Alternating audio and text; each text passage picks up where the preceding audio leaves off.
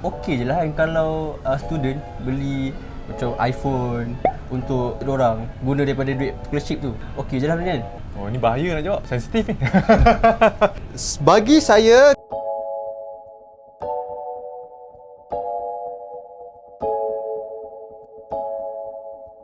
So ni special. Tadi kita makan-makan tadi Hakim ada tanya satu soalan yang bagi saya cukup menarik lah. So dipersilakan Hakim bertanya kepada saya soalan yang kedua. Macam saya kan pelajar kan, mungkin ramai kawan-kawan saya pelajar dapat scholarship student mungkin dalam satu sem 30,000 diberi secara langsam kan. So apakah kita punya perancangan atau bajet untuk guna duit tu? Mungkin elakkan pada kita berjoli dengan duit tu kan. Sama ada kita investment dulu ke, simpanan dulu ke tu, ataupun nak bajet untuk makanan dulu ke, macam mana menurut kita? So 30,000 satu sem. Contoh lah Satu sem ni berapa bulan? 3 ataupun 6 bulan. 3 atau 6 bulan. So 3 atau 6 bulan lah. And 30,000 tu termasuk dengan duit bayar yuran dan sebagainya, betul? Very good question, and I think benda ni memang sangat-sangat penting lah, especially for student-student universiti kat luar sana. Kalau dapat 30,000, dapat lump sum, dan benda ni pun kita boleh guna pakai untuk, tak kisahlah sama ada kita dapat bonus. So kalau kita kerja akhir tahun dapat bonus, so dapat lump sum. Ataupun kita buat bisnes. So kadang-kadang bisnes ni duit masuk kan, duit banyak. Kalau kita ada projek besar, kita dapat 50,000, 100,000, 200,000 sekaligus. Apa yang kita patut buat? First thing first, apa yang saya akan buat adalah saya parking dulu duit ni. Let's say lah duit ni 30,000 ni mungkin perlu digunakan nak bayar yuran. Kalau let's say lah 30,000 dapat, terus kena bayar yuran dan settlekan yuran dululah kan. Let's say 30,000 dapat, settlekan yuran mungkin like 18,000 atau 20,000 lah, senang. 20,000 settlekan bayar yuran pengajian, settle. And then ada baki 10,000. Apa saya buat? Saya parking dulu. Saya parking kat mana? Saya parking kat kat mana kalau nak parking?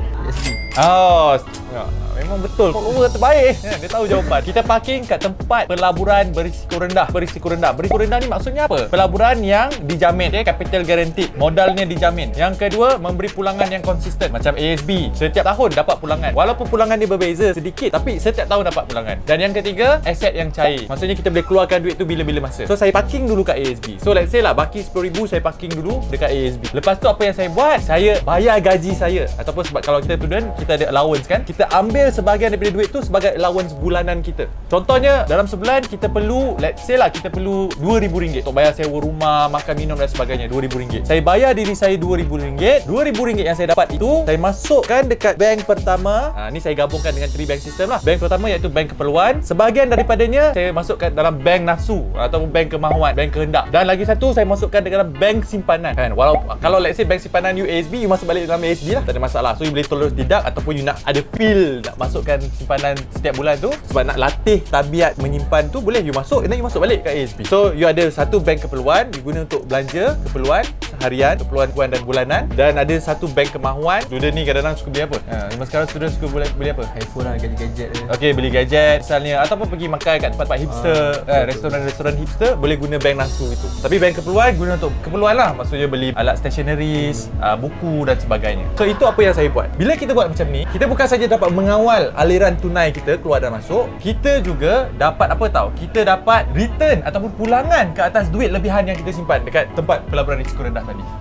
So di akhir tahun dapat dividen. Sebab dividen ASB dikira baki terendah setiap bulan. It's like menggunakan konsep parking duit kat tempat berisiko rendah, dan kita ambil sedikit duit itu, kita agihkan kepada 3 bank system. Dan benda ni kalau kita buat masa kita student, benda ni kita akan terbawa-bawa masa kita bekerja nanti. Tak menjadi masalah bila kita dapat gaji kita. So maksudnya kita melatih diri kita daripada awal. Jadi doktor, maknanya okey je lah kan kalau student beli macam iPhone untuk diorang guna daripada duit scholarship tu. Okey je lah kan. Oh, ni bahaya nak jawab. Sensitif ni. bagi saya, kalau duit lebihan yang kita ada itu datang daripada duit kemahuan ataupun bank nafsu kita cukup, okey, tak ada masalah. Sebab bank kemahuan, nama pun kemahuan tu. Bank nafsu kot, namanya nafsu. So asalkan nafsu kita nak sesuatu benda itu, kita gunakan sahaja. Tak payah fikir panjang. Sebab itu adanya bank kemahuan ini. Bagi saya bank kemahuan ni to me it's a life changer. Sebab ramai orang biasanya hanya ada 2 bank. Ini yang bahaya tau. 2 bank. Maksudnya dia ada bank untuk digunakan sebagai bank keperluan, dan ada satu lagi bank simpanan. So saya nak tanya Hakim, let's say lah tiba-tiba nak balik kampung ataupun nak pergi travel dan sebagainya. Bank keperluan dah habis lah guna untuk keperluan. So guna duit kat mana? Kalau gitu simpanan lah tinggal kan. Korek balik lah bank simpanan. Itu yang jadi simpanan. Dah simpan, turun, naik balik, turun, naik balik. Memang tak habis-habis lah. Sampai bila-bila takkan ada simpanan lah. Sebab itu statistik ataupun data pada tahun 2015, Bank Negara buat survey, 76% rakyat Malaysia tidak mempunyai RM1,000 sebagai simpanan. And benda ni logik. Dulu saya macam, tak logik ke? Ya betul, RM1,000 tak ada simpanan dalam bank langsung. But then, bila saya kaji balik, maybe betul lah. Sebab ramai orang hanya ada 2 bank. Dia tak ada bank kemahuan ni, tak ada. Bank nafsu ni tak ada. So kalau nak beli kasut baru, korek balik simpanan. Lepas tu penuhkan balik simpanan. Korek balik simpanan. Dan sampai bila nak ada simpanan? Memang takkan ada simpanan sampai bila-bila. Jawapannya boleh. Nak beli iPhone boleh, tapi guna bank apa? Bank kemahuan. Bank kemahuan. AKA Nafsu. bank nafsu. So penuhkan bank nafsu anda. Tapi kena ada bank simpanan lah. Jangan ada bank nafsu, bank keperluan. Itu problem juga. Itu saja video daripada saya, dan jika anda belum lagi subscribe YouTube channel Dr. Adam Zubir, hit that subscribe button supaya setiap kali saya release video baru, anda akan dapat notifikasi. Dan jika anda nak belajar lagi tips-tips kewangan yang lain seperti pelaburan ASB, kredit kad, kereta, rumah, emas, saham dan macam-macam lagi, hanya pergi kepada YouTube channel saya Dr. Adam Zubir, klik pada butang playlist. Dekat situ tim saya dah susun baik-baik topik-topik yang anda boleh binge watch. Dan jika anda ada sebarang pertanyaan ataupun sebarang komen, sila nyatakan dalam ruangan komen di bawah. Itu saja daripada saya akan jumpa anda nanti.